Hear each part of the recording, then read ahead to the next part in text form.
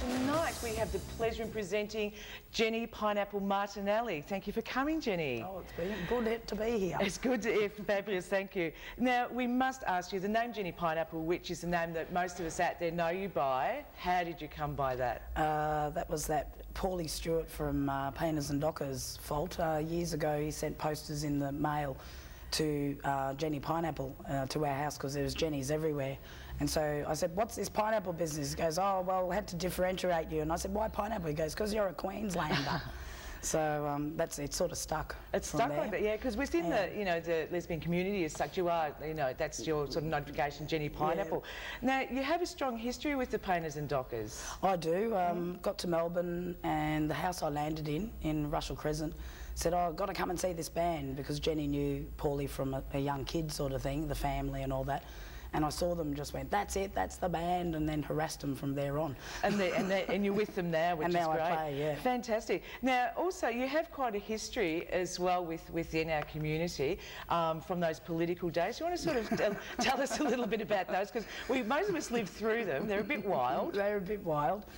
I suppose there was lots of sort of politics going on in the old days. I mean, there was a lot of that leather stuff happening. The wicked women of what was wicked women then is different to wicked women now, which I almost got caught out. Oh, geez, she and wicked women, not that wicked women, Pineapple.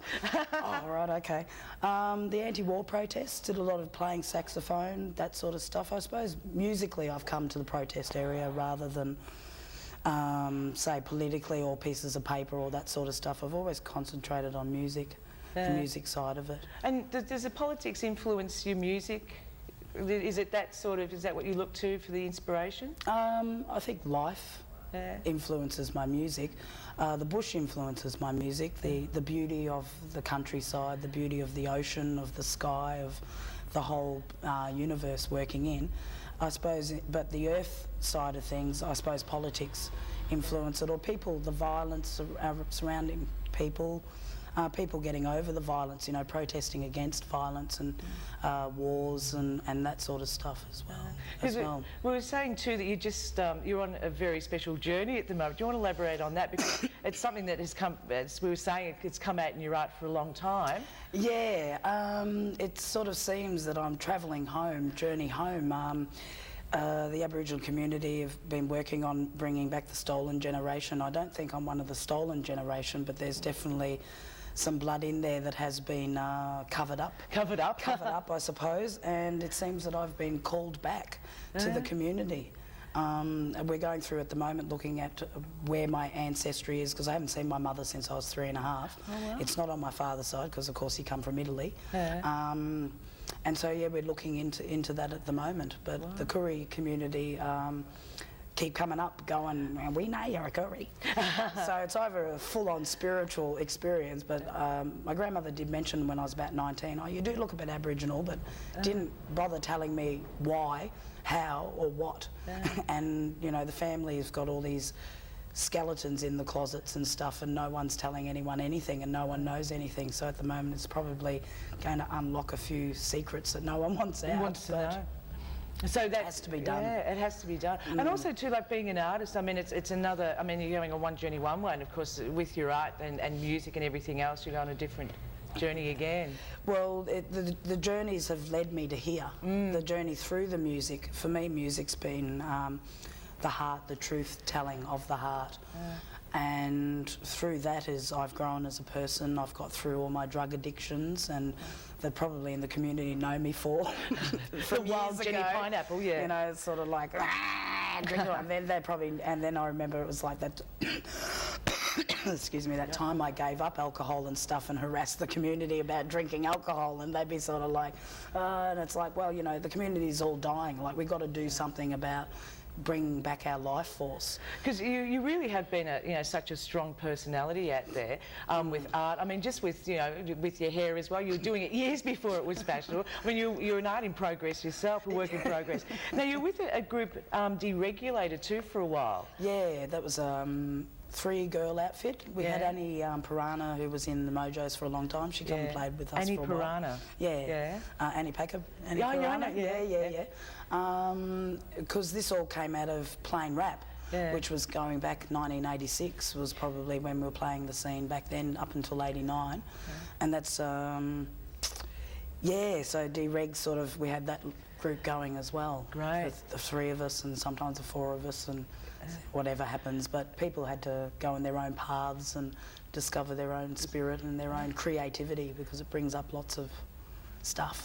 Right. Now you've brought in some art for us tonight. We're sort of taking a long time to get around to it. Yeah. But basically, I mean, you're such an interesting person anyway, and give people a little bit of the background of like where you're coming from, stuff like that. Very, very colourful, fantastic. Do you want to sort of run through us? I mean, we'll start with this one here, which is very bright, very strong. Yeah, that one hasn't quite finished yet. I've got to finish a little bit more on it. I don't know, it's sort of like there's the spider. That spider hasn't been finished yet, and there's like the spider in the brain almost. I still haven't quite worked out exactly what that one's about.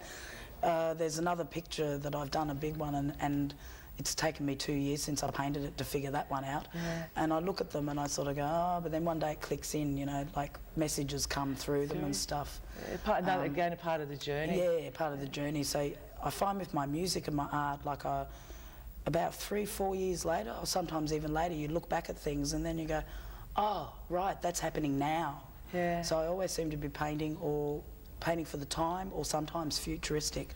It's hard to know which time is which as well. Because there's one actually that we'll just talk briefly about that we were talking about. They brought in a photo. It won't come up on camera, unfortunately, but you painted that the day that Coode Island was going up. Yeah. And it was a fire happening in this painting. It was spray painting. It was all accidental. So I was just spraying, just going with the flow of whatever was going on.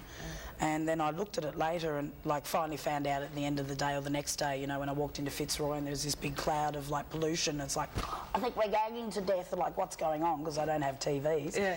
And it's like, well, Coode Island's going up. Oh, right. And I realised, looked at painting and there was like oil. And then it was like this oil fire and all these animals and people trapped in it. So with your paintings now, is it just something that, you know, you're letting flow? Because another one here, actually they're showing the one behind this one here.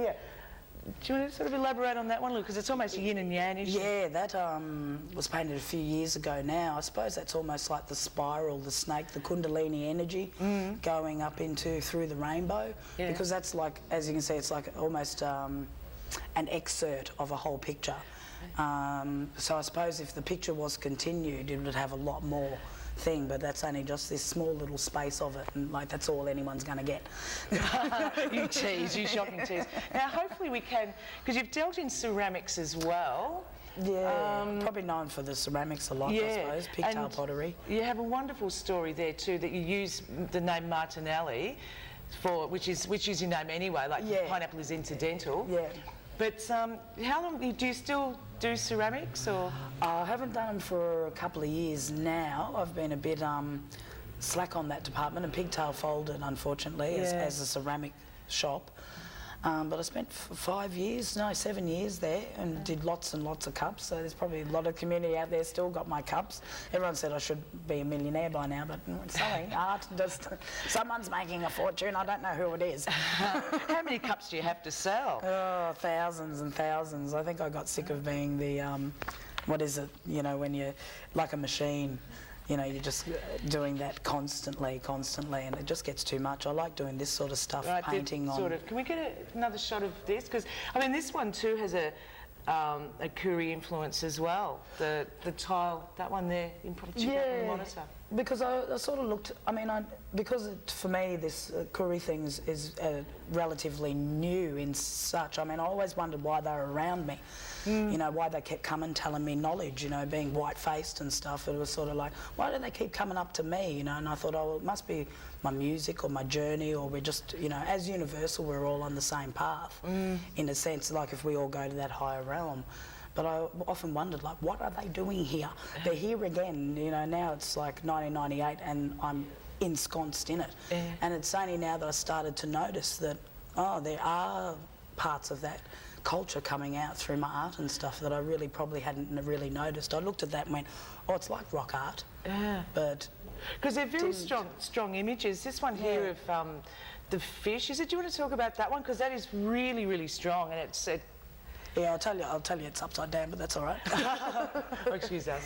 Just everyone turn around like that. Turn your TV's upside down. Turn your TV's upside down for a minute. I do a lot of doodles. Yeah. And I suppose then I get the doodles and just start painting around them. And I'm obsessed with colour. And in my dreams, sometimes I get vivid, the most vivid colours in my dreams, vivid than anything you see on Earth. It's like the paintings. My paintings are like what I dream. They're the colours. That's the sort of colour. I suppose that's maybe the colour of my heart, I suppose, in the end. Because to me, what we live in is not my heart. It could be other people's hearts. I don't know whose heart would want to live in something that gives us disease, but... yeah, I suppose all this is the colour of my heart. Because it's, I mean, apart from anything else, I mean, if we can say it's very happy, I mean, because of the colour and things like that, and it's obviously the message you're trying to get across? Yeah, I've moved from the angry, let's blow it all up. I mean, there's times, you know, I'd like to blow it all up. Yeah. But I've moved from that angry space now and allowing love and divine law to come through and take me on the journey of beauty and love, and instead of sort of that anger and violence. Because really, when you're angry at the people that are angry, that are doing damage to the earth, you're only feeding the anger and you're not really getting anywhere anymore, you know. And I suppose I woke up, you know, and I have the community, the gay community to thank for that, because lots of people told me lots of lessons. Great. Well, Jenny, we'd love to thank you very much for coming in this evening. Inviting me. You are more than welcome. It's been excellent. It's been great fun. You're playing with the Painters and Dockers at the moment. We are. When we go to E, you would have already had a few gigs. Yeah, would have been. But please try and catch the wonderful Jenny Pineapple with Painters and Dockers anywhere around Melbourne. Jenny, we thank you for coming in. Thank you for watching Big Fat Arts, and we'll see you again next week. See you then.